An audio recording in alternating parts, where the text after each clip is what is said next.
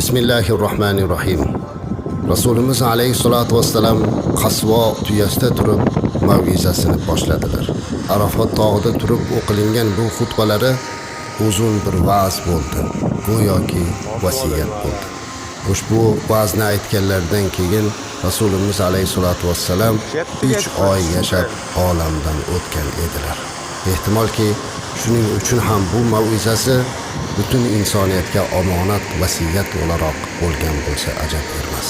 Rasulimiz shunday dedilar: Hamdu sano Allohga bo'lsin, uni ulug'laymiz, unga hamd aytamiz, undan yordam so'raymiz va mag'firat tilaymiz, unga tavba qilamiz, yomon amallarimizdan, o'z nafsimizni sharridan Alloh gunohiga qochamiz.